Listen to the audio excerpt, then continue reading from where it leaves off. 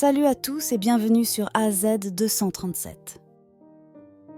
Ils ne voulaient pas passer Noël avec leur mère et l'ont laissé dîner seuls. Quelques jours plus tard, ils le regrettèrent amèrement.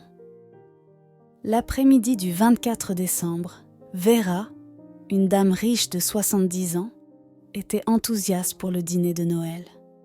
Elle préparait un souper luxueux pour ses 5 enfants, Charles, Eddie, Michael, Alexandra et Andrew. Ses fils étaient déjà adultes et ne vivaient plus avec elle. Sa domestique, Alessandra, aidait Vera à préparer la table et allait bientôt partir dîner avec sa famille. La table était ornée de tout, de fruits exotiques au caviar, de plats raffinés comme le saumon et les crevettes, et des aliments traditionnels de Noël. Pour les boissons, il y avait des champagnes coûteux, des vins fins et des jus. Tout était parfait. Vera avait acheté plusieurs cadeaux pour ses enfants et était très excitée. Cependant, Alessandra, qui aimait sa patronne comme si elle était sa propre mère, s'inquiétait de cette excitation, craignant que Vera ne finisse déçue par ses enfants. Il s'avère que les enfants de Vera étaient des personnes désagréables avec des caractères terribles qui rendaient rarement visite à leur mère et n'apparaissaient que lorsqu'ils avaient besoin d'argent.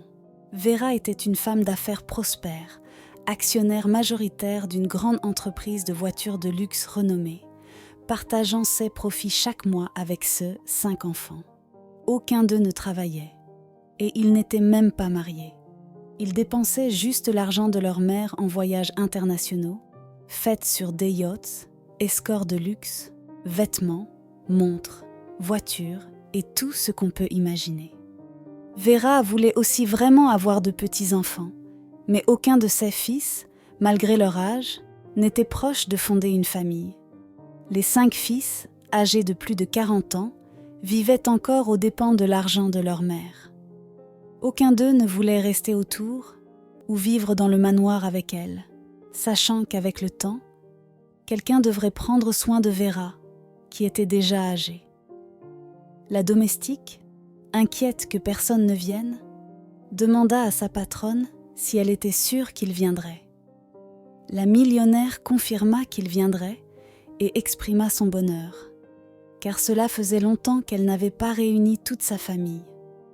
Alessandra termina alors d'aider Vera et rentra chez elle tôt, tandis que Vera attendait que ses enfants arrivent, admirant les décorations de Noël et la table pleine de nourriture. À la tombée de la nuit, aucun des vauriens n'était apparu.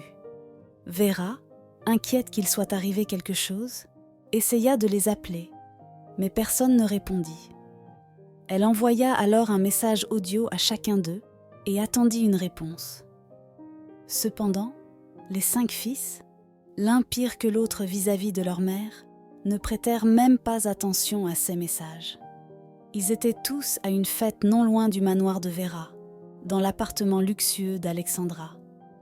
Les frères avaient convenu entre eux de célébrer la fête différemment, avec beaucoup de boissons, de femmes, de drogue et de fêtes sans fin. Ils savaient que la célébration de leur mère ne serait qu'un dîner normal avec de la musique de Noël, et ils étaient sûrs qu'elle insisterait pour que tout le monde prie. Après un certain temps, Vera, déjà très inquiète, commença à recevoir 2 messages de ses fils, chacun donnant une excuse plus boiteuse que l'autre, disant qu'ils ne pouvaient pas venir. La dame se retrouva seule et très triste. Aucun de ses 5 enfants ne voulait passer le souper avec elle. Son cœur était brisé et souffrait. Elle pleura, se sentant horrible de voir qu'il s'éloignait de plus en plus et qu'aucun d'eux ne voulait passer, ne serait-ce qu'un seul jour de l'année avec elle. La femme d'affaires était désespérée et ne pouvait pas croire qu'ils allaient l'abandonner juste à la veille de Noël. Elle était tellement triste qu'elle ne toucha même pas au souper qu'elle avait mis tant de temps à préparer. Elle alla juste dans sa chambre et pleura. Pendant ce temps, chez la domestique, le souper était servi. Il n'y avait rien de luxueux comme chez Vera, mais tout le monde était heureux. Il y avait les repas de base d'un dîner de Noël, et pour les boissons, ils avaient beaucoup de soda et de jus. Alessandra avait 2 enfants, Julian un jeune de 18 ans qui vivait encore avec elle et son mari Marcos, et Jenny, âgée de 25 ans, déjà mariée et ayant 2 petits-enfants. Les enfants de la domestique, contrairement à ceux de la riche femme, étaient toujours aux côtés de leur mère, aidant quand elle en avait besoin et étaient toujours présents aux célébrations. La fille aînée lui rendait visite chaque week-end et apportait ses petits-enfants pour égayer la maison. Ivan, le mari de Julia, adorait également ses beaux-parents et s'entendait très bien avec eux. Le souper était simple, mais ce qui comptait, c'était que ce soir de Noël, tout le monde était rassemblé autour de la table, chantant, parlant, et les enfants courant et jouant. Tout était parfait, mais Marcos remarqua que sa femme, pour un moment, avait l'esprit ailleurs, comme si elle était inquiète, et demanda « Tout va bien, chérie ?»« Oh oui, chérie, je pense juste à Madame Vera. Je me demandais si l'un de ses fils était venu, dit Alessandra pensivement. Tout le monde était curieux de savoir ce qui se passait. La domestique expliqua que Vera était très riche et que ses enfants égoïstes abusaient constamment d'elle. Ils la visitaient à peine, mais voulaient toujours plus d'argent. Cette nuit-là, la dame, à laquelle elle était très attachée, attendait avec impatience ses 5 enfants, mais elle ne pensait pas que les enfants de la patronne viendraient car elle savait à quel point ils étaient mauvais. Tout le monde remarqua qu'Alessandra était triste car elle aimait beaucoup Vera. Alors, Julian proposa une idée. « Maman, pourquoi n'irions-nous pas chez elle comme si nous allions lui souhaiter un joyeux Noël et nous pourrions voir si elle est vraiment seule ?» Alessandra aima beaucoup l'idée et demanda si tout le monde était d'accord. Comme ils étaient de très bonnes personnes et ne voulaient pas la voir passer Noël seule, ils se montrèrent enthousiastes et acceptèrent. Le manoir n'était pas loin de là où ils vivaient, alors ils y allèrent dans la voiture d'Ivan. Les beaux-fils, sur les sièges avant, étaient Marcos et Ivan qui conduisaient, et derrière, Alessandra, Jenny et Julian avec les enfants dans leurs bras. Lorsqu'ils arrivèrent à la maison de Vera, ils sonnèrent à la porte et attendirent. Vera, recroquevillée sur le lit, entendit la sonnette et se demanda immédiatement qui cela pouvait être, puisque ses enfants ingrats n'allaient pas venir. Elle eut une grande surprise en voyant Alessandra et sa famille à la caméra. Vera descendit les escaliers et ouvrit la porte. La domestique réalisa rapidement que les enfants du patron ne s'étaient pas présentés et inventa une excuse. « Bonsoir, Madame Vera, joyeux Noël. J'ai un peu honte de dire cela, mais notre table à la maison s'est cassée et tout notre souper est tombé par terre. Et mes petits-enfants et mes enfants, eh bien, je ne voulais pas laisser ma famille affamée pour Noël, alors j'ai pensé. » Mais avant que la pauvre domestique ne termine, Vera, à nouveau pleine de joie, l'interrompit. « Mais bien sûr, ma chère, vous êtes tous très bienvenus ici. Venez, je vous en prie, et faites comme chez vous. » La riche femme était à nouveau excitée. Elle était surprise par cette visite inattendue, mais elle ne pouvait pas être plus heureuse car elle ne passerait pas Noël seule. Elle demanda à tout le monde de s'asseoir et de se rassembler autour de la grande et abondante table. Avec une grande joie dans son cœur et de l'émotion, elle dit « Je suis très heureuse que vous soyez tous avec moi aujourd'hui. Dieu sait combien j'en avais besoin. Je suis reconnaissante pour tout ce que vous faites ici dans cette maison. Alessa, tu es la fille que je n'ai jamais eue. Alors toi et ta famille êtes toujours les bienvenus pour passer quand vous le souhaitez. » Puis, minuit arriva, et ils prirent tous leur souper ensemble. C'était très amusant. Ils écoutèrent de la musique, regardèrent les feux d'artifice qui étaient lancés dans la rue, chantèrent, parlèrent et firent la fête toute la nuit. Lorsque les enfants se mirent à jouer autour du grand sapin de Noël, ils s'écrièrent « Maman, il y a 2 cadeaux ici. Regarde, pouvons-nous les ouvrir ?» Jenny, gênée, dit immédiatement « Non, les enfants, ceux-là ne sont pas pour vous. Venez ici. » Elle s'excusa auprès de la riche femme. « Je suis désolée, Madame Vera. » Mais la millionnaire était heureuse car elle trouvait l'attitude des enfants très adorable. Un instant, elle imagina ce que ce serait d'avoir plusieurs petits-enfants courant et jouant dans la maison. Puis elle dit « Ne vous inquiétez pas, ma chère. En fait, j'aimerais vous offrir 2 cadeaux ce soir. » Tout le monde venait ici, près de l'arbre. La famille de la domestique, timidement mais heureusement, reçut les cadeaux. Ils n'auraient jamais pu imaginer qu'un jour ils auraient ces choses coûteuses. Marcos, Yvonne et Juliane reçurent 2 montres en or, 2 parfums importés et 2 t-shirts chics, ainsi que 2 appareils électroniques de pointe.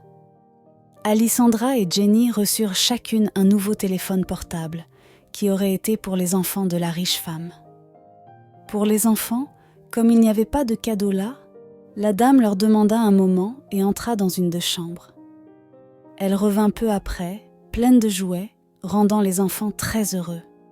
Il s'avère que Vera, impatiente d'avoir 2 petits-enfants, avait acheté quelque chose à l'avance. Les enfants sautèrent de joie, coururent vers Vera, se tenant autour de ses jambes, heureux et excités, et la remercièrent à plusieurs reprises. « Merci, grand-mère Vera !» Jenny s'excusa et demanda aux enfants d'arrêter de l'appeler grand-mère. Mais la millionnaire s'émotionna et faillit pleurer. Un instant, en voyant toutes ces personnes-là, rassemblées, riant et célébrant, elle sourit. Elle avait l'impression que c'était sa famille. Elle était très heureuse de cette merveilleuse nuit qu'il lui offrait. Elle les invita à dormir là, et le lendemain, ils organisèrent un barbecue avec la nourriture restante du souper. Ils s'amusèrent beaucoup. À la fin de la journée, Vera leur dit au revoir, les remercia pour tout et dit qu'elle n'avait jamais eu un Noël aussi heureux de toute sa vie. La famille montait dans la voiture tandis que la riche dame parlait à Alessandra. Vera la regarda dans les yeux et lui dit qu'elle connaissait leur véritable intention en venant pour le souper. « Je sais pourquoi vous avez fait cela, ma chère, et je vous en suis très reconnaissante. Mes enfants sont ingrats, et j'ai eu avec votre famille quelque chose que je n'ai jamais eu avec eux. Merci beaucoup d'avoir rendu ma soirée meilleure. » Alessandra, émue, enlaça la dame avec affection et partit. Le jour suivant, le 26 décembre, aucun des enfants de la femme d'affaires n'avait donné de nouvelles. Et Vera réalisa que seule Alessandra et sa famille la valorisaient. Immédiatement, la riche femme appela l'avocat financier de son entreprise et lui demanda de transférer toutes ses actions à Alessandra. Et ainsi, ce fut fait. Vera invita également la domestique et sa famille à passer le réveillon du Nouvel An avec elle.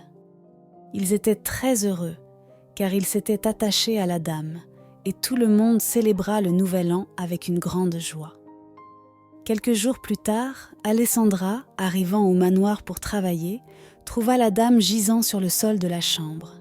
Désespérée, elle appela une ambulance qui arriva rapidement. Les ambulanciers tentèrent de la ranimer, mais en vain.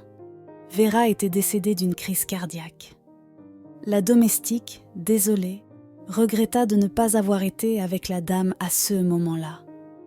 Vera mourut seule dans cette immense maison, sans aucun de ses enfants autour. Toute la famille d'Alessandra fut profondément attristée et pleura pendant des jours.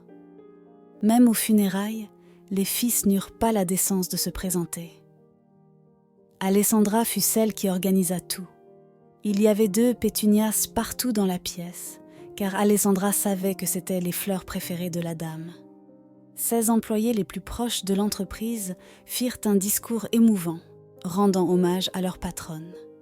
La famille de la domestique raconta également combien Vera avait été radieuse ces derniers jours, combien il était merveilleux d'être avec elle, et quel plaisir immense cela avait été de l'avoir rencontrée. Les employés et les amis firent leurs adieux à la dame. Le lendemain, Alessandra se rendit au manoir pour voir si tout était en ordre. Elle voulait laisser tout en ordre, par considération pour Vera. Les méchants enfants, qui devaient arriver à tout moment, étaient cependant déjà dans le manoir, se disputant.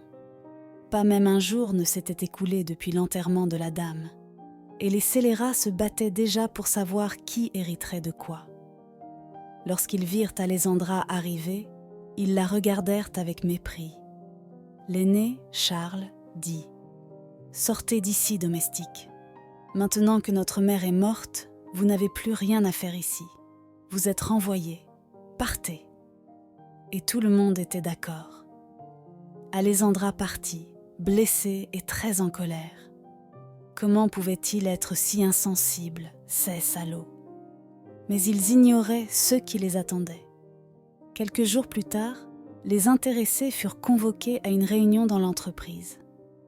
Ils étaient agités, faisaient beaucoup de bruit, criaient, exigeant que les avocats lisent immédiatement le testament de la défunte mère. Les avocats s'assirent dans la salle de réunion avec les 5 enfants de l'ancienne patronne et commencèrent à lire le testament. Les scélérats étaient impatients d'entendre la partie concernant la distribution de l'héritage. Alors, lorsque ce moment arriva, l'avocat financier lut « Moi, Vera de Vallier, déclare être en pleine possession de mes moyens et libre de toute suggestion ou incitation d'autrui. Je déclare que tous mes biens doivent être transférés à Alessandra Santana, mon employée et amie la plus fidèle. » Les crétins furent choqués. Tout le monde commença à désespérer. Quelle sorte de blague est-ce? Ce document est erroné, et l'avocat continua. Tous les biens à mon nom, y compris le manoir dans lequel je vis actuellement, et toutes les actions dans l'entreprise automobile Vallier, doivent être transférées à Alessandra Santana, qui est maintenant la nouvelle tête majoritaire de l'entreprise. Les scélérats ne pouvaient pas croire ce qu'ils entendaient. Il s'avéra que leur mère avait dépensé tout l'argent à la banque. Elle avait vendu toutes les propriétés lui appartenant, y compris les propriétés dans lesquelles les fils vivaient, et la vieille dame n'avait plus aucune action à son nom. Les seules choses qu'elle avait laissées étaient l'entreprise et le manoir pour la domestique. Ils étaient remplis de rage. « C'est absurde! Elle n'aurait pas pu faire cela. Nous allons vous poursuivre en justice. » « Mais avec quel argent allez-vous faire cela ?» dirent avec hauteur les avocats, se moquant de crétins, car ils savaient qu'ils avaient été très mauvais avec la défunte patronne et qu'ils récoltaient ce qu'ils méritaient. Et l'avocat financier conclut « Maintenant, veuillez partir et ne jamais revenir. Vous n'êtes pas les bienvenus ici. » Il appela la sécurité et les 5 clochards furent escortés dehors, humiliés et sans un sou en poche. Quelques jours plus tard, Alessandra reçut la nouvelle. Elle et sa famille ne pouvaient pas croire qu'elle était maintenant à la tête de l'entreprise et propriétaire de ce grand manoir. Tout le monde se réjouit, et Alessandra pleura d'émotion. Elle décida d'aller seule au manoir d'abord, et lorsqu'elle le regarda, elle ne pouvait pas croire que tout cela était désormais à elle. La domestique pleura, se réjouit, et en même temps, se souvint de la dame se promenant dans la maison, toute heureuse, et des conversations que les deux avaient eues et à quel point elles étaient amicales. Elle entra dans la chambre de la dame et vit son lit vide. Elle s'approcha du lit, passa sa main sur la couverture et fut émue. Bientôt, elle réalisa qu'elle avait une lettre adressée à elle sur la coiffeuse de sa défunte patronne. Et lorsqu'elle la lut, elle fut surprise. « Bonjour ma chère Alisa, je sais que tu dois être triste de mon départ, mais je ne veux pas que tu sois désolée. Tu étais la fille que je n'ai jamais eue, et nous avons passé de bons moments ensemble. Toi et ta famille, ce Noël passé, avez éclairé mon cœur comme jamais auparavant. Je me suis sentie très aimée, et maintenant, je voudrais que tu te sentes aussi aimée par moi. Je te laisse tout, et je serais très heureuse si tu déménageais ici au manoir.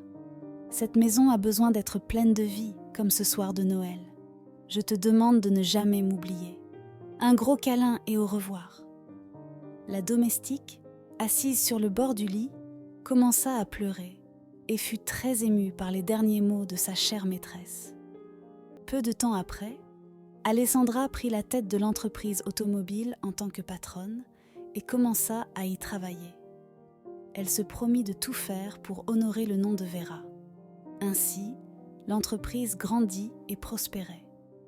La nouvelle patronne et sa famille déménagèrent au manoir, où ils vécurent très heureux. Et à chaque réveillon de Noël, ils se souvenaient de la dame avec beaucoup d'affection et d'amour. Quelle est votre opinion au sujet de cette histoire ? Dites-le nous dans les commentaires. Merci d'avoir regardé la vidéo. Surtout, n'oubliez pas de cliquer sur le bouton j'aime et partager autour de vous. À très bientôt sur AZ237.